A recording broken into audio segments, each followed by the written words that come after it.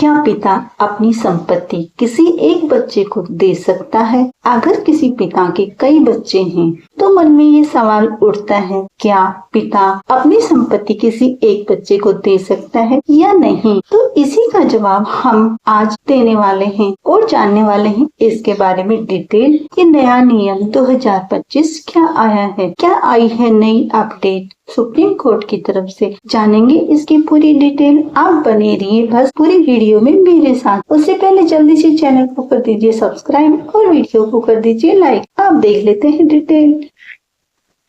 आज के समय में परिवारों में संपत्ति का बंटवारा एक बड़ी समस्या, एक बड़ा सवाल बन गया है। अक्सर लोग यह जानना चाहते हैं, क्या पिता अपनी सारी संपत्ति किसी एक बेटे को दे सकते हैं या बाकी बच्चों को भी उस पर हक है? 2025 में भारत में संपत्ति से जुड़े कानूनों में कई बदलाव आए हैं, जिससे उस सवाल का जवाब और भी जरूरी हो गया है। इन नए नियमों के अनुसार संपत्ति के बंटवारे में पारदर्शिता, महिलाओं के अधिकार और डिजिटल रिकॉर्डिंग जैसे कई प्रावधान शामिल किए गए हैं। भारत में संपत्ति दो तरह की होती है, स्वअर्जित और पैतृक। इन दोनों के बंटवारे के नियम अलग अलग होते हैं। कई बार लोग यह नहीं समझ पाते कि पिता की संपत्ति पर किसका अधिकार है, खासकर जब सिर्फ एक बेटे को संपत्ति देने की बात आती है। आज हम इसी के बारे में सुप्रीम कोर्ट का फैसला समझेंगे। नया कानून लागू हुआ है 2025। संपत्ति के प्रकार स्वअर्जित और पैतृक दो तरह की होती है। संपत्ति का ट्रांसफर, गिफ्ट डेड, विल, सक्स।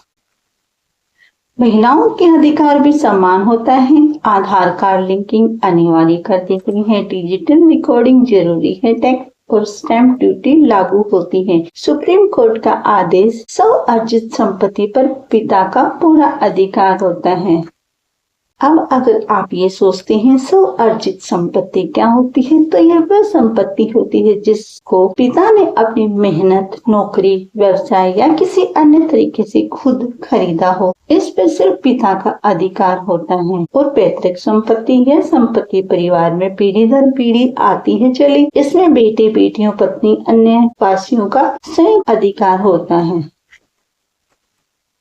जो सेल्फ एक्वायर्ड प्रॉपर्टी है उसके ऊपर अधिकार पिता अपने स्वअर्जित संपत्ति किसी को भी दे सकते हैं, चाहे वो बेटा हो या बेटी या कोई अन्य। सुप्रीम कोर्ट के अनुसार बेटा जबरन इस संपत्ति पर दावा नहीं कर सकता है। अगर पिता चाहे तो वसीयत बनाकर या गिफ्ट देके एक बेटे को पूरी की पूरी संपत्ति दे सकता है। अगर वसीयत नहीं है तो संपत्ति सभी क्लास यानी बेटा, बेटी, पत्नी, मामी बराबर बढ़ जाती है।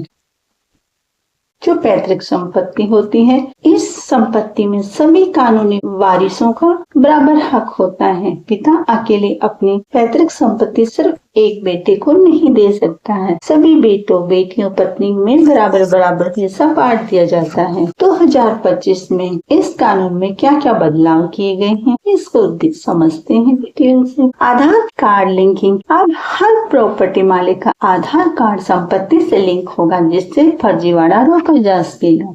Digital recording. संपत्ति ट्रांसफर, वसीयत और गिफ्ट डेट का डिजिटल रिकॉर्ड रखना जरूरी है।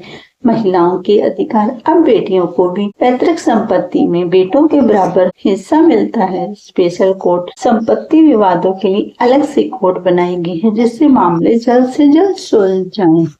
टैक्स नियम। प्रॉपर्टी ट्रांसफर पर मार्केट वैल्यू के हिसाब से टैक्स लगेगा। Rental law. किराए के मामले में भी नया कानून लागू होगा। सबसे महत्वपूर्ण बात, क्या पिता अपनी सारी संपत्ति सिर्फ एक बेटे को दे सकते हैं? अगर संपत्ति स्वअर्जित है, पिता अपनी पूरी संपत्ति सिर्फ एक बेटे को दे सकता है। इसमें किसी और को आपत्ति करने का हक नहीं है जब तक संपत्ति स्वअर्जित हो। अगर संपत्ति पैतृक है तो पिता किसी एक पुत्र को पूरी प्रॉपर्टी नहीं दे सकते। सभी कानूनी वारिसों को बराबर का हिस्सा मिलेगा। सुप्रीम कोर्ट का ताजा आदेश। सुप्रीम कोर्ट ने 2025 में साफ कर दिया है कि स्वअर्जित संपत्ति पर सिर्फ पिता का अधिकार है। बेटा या बेटी जबरन इस संपत्ति पर दावा नहीं कर सकते हैं। अगर संपत्ति पैतृक है तो सभी वारिसों का बराबर हक है। मुस्लिम, क्रिश्चियन और पारसी कानूनों में क्या है नियम? मुस्लिम लॉ में मुस्लिम पिता सिर्फ 1/3 संपत्ति वसीयत से किसी को दे सकते हैं, बाकी शरिया के हिसाब से बढ़ती है। पारसी कानून इन समुदायों में भी वसीयत के जरिए संपत्ति ट्रांसफर की जा सकती है, लेकिन अगर वसीयत नहीं है तो सभी वारिसों को हिस्सा मिलता है। संपत्ति ट्रांसफर के लिए जरूरी दस्तावेज रजिस्टर्ड पिता और बेटे के पहचान पत्र, प्रॉपर्टी के पुराने कागज, स्टैम्प ड्यूटी रसीद, एनओसी अगर प्रॉपर्टी गिरवी है, अन्य कानूनी वारिसों की सहमति अगर जरूरी हो। टैक्स गिफ्ट डीड पर 5 से 10% स्टैम्प ड्यूटी लगती है। अगर प्रॉपर्टी 3 साल के अंदर खरीदी गई है तो short term capital gain tax भी लग सकता है। सही प्लानिंग से टैक्स बचाया जा सकता है। जब बेटा माइनर हो तो अगर बेटा नाबालिग है तो पिता गार्डियन के नाम पर गिफ्ट डीड या विल बना सकती है। गार्डियन बेटे की संपत्ति से संपत्ति संभालेगा जब तक वह बालिग न हो जाए। एक अन्य सवाल जो अक्सर हमारे जहन में आता है, क्या पिता ट्रांसफर के बाद संपत्ति वापस ले सकते हैं? एक बार गिफ्ट डीड रजिस्टर हो गई तो पिता संपत्ति वापस नहीं ले सकते हैं। वसीयत में बदलाव किया जा सकता है, लेकिन मृत्यु के बाद वसीयत फाइनल मानी जाती है। 2025 के नए प्रॉपर्टी लॉ के फायदे। संपत्ति विवाद कम होंगे, महिलाओं को बराबर अधिकार मिलेंगे, डिजिटल रिकॉर्डिंग से फर्जीवाड़ा रुक जाएगा, टैक्स सिस्टम पारदर्शी बनेगा।